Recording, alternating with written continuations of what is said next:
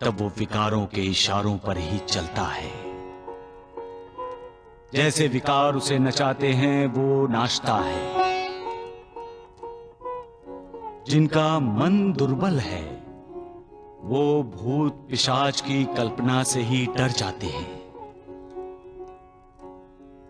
लेकिन भूत पिशाच क्या है? विकार ही तो हैं।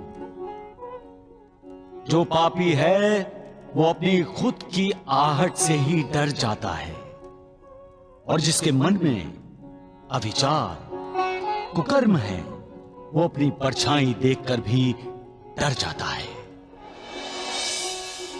इंसान के मन में कुविचार पाप आते क्यों हैं?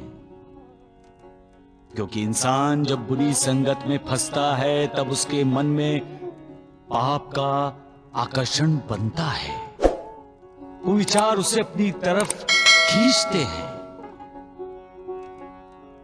फिर उसकी भाषा बदलती है। जिस जबान से उसे मालिक का नाम लेना चाहिए उस जबान से वो गाली गलौज करने लगता है। मालिक को ही दोष देने लगता है। वैद्य जी की तरह बाबा। वो भी तो द्वारकानाथ की कुसंगति में फंस गए हैं बाबा। सगुण, ऐसे भूत पिशाचों को टालना है तो कुसंगति को त्याग दो। हमेशा सत्संगति में रहो, कल्याण होगा। याद रखो, सत्संगति के बिना विवेक नहीं होता। सत्संगति आनंद और कल्याण का मूल है। सत्संगति मन में अच्छे विचार लाती है, अच्छे कर्म करने की प्रेरणा देती है।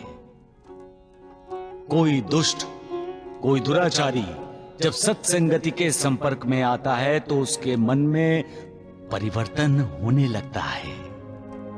उसके विचार, उसकी भाषा बदलने लगती है और वो सुधर जाता है। इसलिए विकार रूपी भूत पिशाचों की संगति से दूर रहो। अपने आप को मालिक की भक्ति में लगा दो। कल्याण होगा तुम सबका। मालिक की बनाई इस दुनिया में गुण, अवगुण, पाप, पुण्य, विष, अमृत, रात दिन, जीवन मृत्यु ऐसे विरोधी तत्वों से भरी हुई है। शायद अपने बनाए इंसान की परीक्षा के लिए मालिक ने अच्छे बुरे तत्वों को बनाया है। इंसान को सिर्फ अच्छे तत्वों को स्वीकार करना चाहिए, अच्छे कर्म करना चाहिए,